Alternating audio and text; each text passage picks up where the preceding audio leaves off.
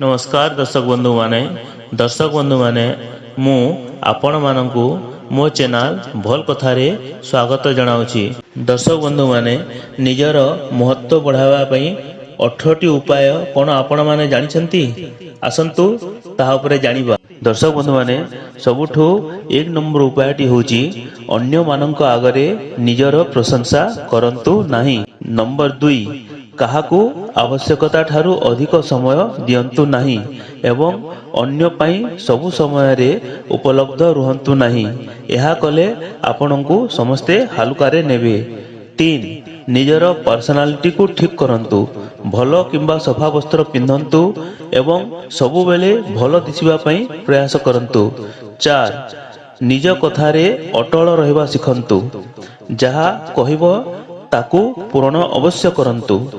5 जेते होई पारिबो कम कथा कहंतु आपण जेतिकी कम कहिबे आपणकर कथार वैल्यू सेतिकी बढ़ी जिवो।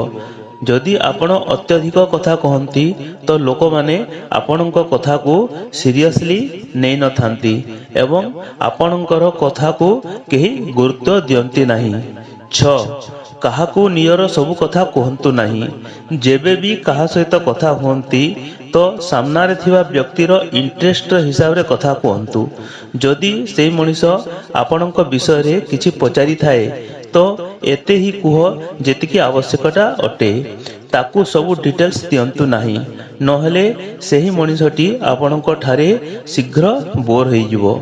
7 निजको उत्तम बनाओ एवं निजर दुर्बलता प्रति दृष्टि देई सेथिरे काम करंतु।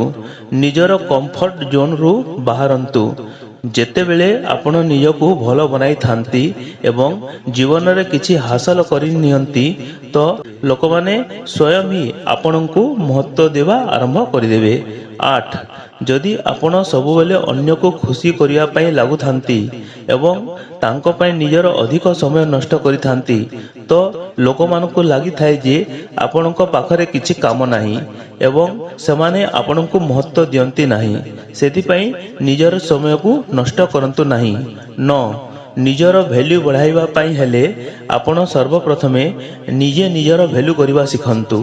जदि आपण निजर वैल्यू निजे करिवे नाही तो अन्य कोनोसी व्यक्ति आपणक वैल्यू को बुझी पारिबो नाही। 10 निजर कम्युनिकेशन स्किल को इम्प्रूव करंतु एवं लोकमानक सहित भलो कथा कहिबार हुनर सिखंतु।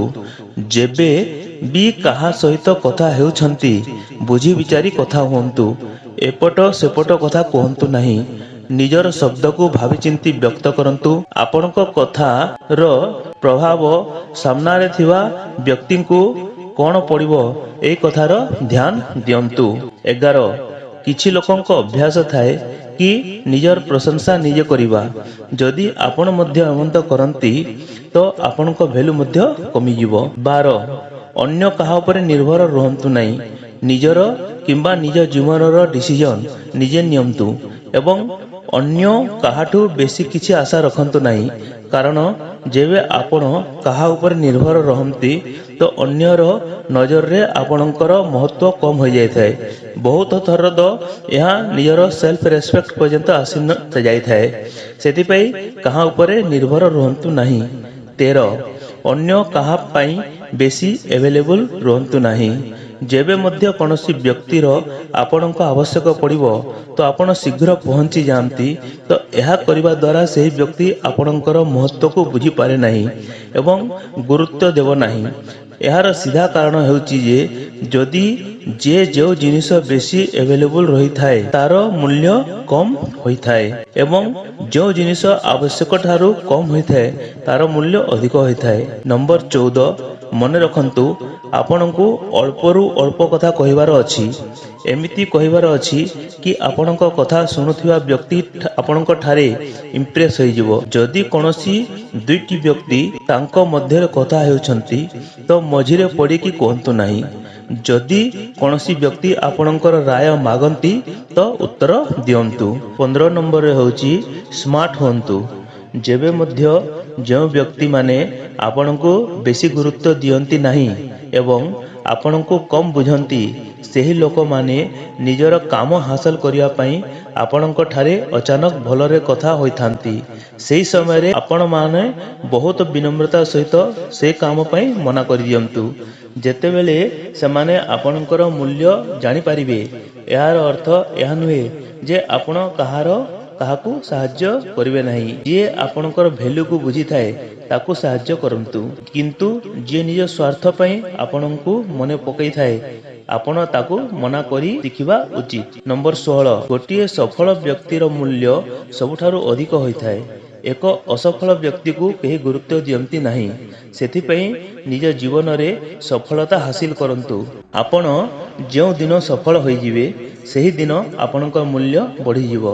17, ନିଜର ପର୍ସନାଲିଟିକୁ ଇମ୍ପ୍ରୁଭ୍ କରିବା ପାଇଁ ନିଜର ଚାଲିଚଳନ, ନିଜର କଥା କହିବାର ଶୈଳୀ ଏବଂ ଫେସିଆଲ ଏକ୍ସପ୍ରେସନ୍ ଏବଂ ନିଜର ହସ, ଏହି ସବୁ ଜିନିଷକୁ ଇମ୍ପ୍ରୁଭ୍ କରିବା ଶିଖନ୍ତୁ। ଏହାଦ୍ୱାରା ଲୋକ ଆପଣଙ୍କୁ ପସନ୍ଦ କରିବେ। ନମ୍ବର 18, ନିଜ କଥାକୁ ପୂରା କରନ୍ତୁ। ଯେବେ ବି ଆପଣ କାହାକୁ ପ୍ରମିସ୍ କରୁଛନ୍ତି ତ ତାହା ସମୟରେ ପୂରା କରନ୍ତୁ। କେବେ ମଧ୍ୟ ନିଜର ପ୍ରମିସ୍କୁ ଅଧାରେ ଛାଡ଼ନ୍ତୁ ନାହିଁ। ଯଦି ଆପଣମାନଙ୍କୁ ଏହି ଭିଡ଼ିଓଟି ଭଲ ଲାଗିଲା ତ ନିଶ୍ଚୟ ଲାଇକ୍ କରନ୍ତୁ ଏବଂ ଆଗକୁ ଏହି ଭିଡ଼ିଓ ଦେଖିବା ପାଇଁ ଏହି ଚ୍ୟାନେଲକୁ ସବସ୍କ୍ରାଇବ୍ କରି ଦିଅନ୍ତୁ। ଦର୍ଶକ ବନ୍ଧୁମାନେ, ଭଗବତୀ ଦୁର୍ଗା ଦେବୀ ଆପଣମାନଙ୍କ ସମସ୍ତଙ୍କର ମଙ୍ଗଳ କରନ୍ତୁ। ଏହି ଶୁଭ କାମନା ସହିତ ଆପଣମାନଙ୍କୁ ଜୟ ମା ଦୁର୍ଗା।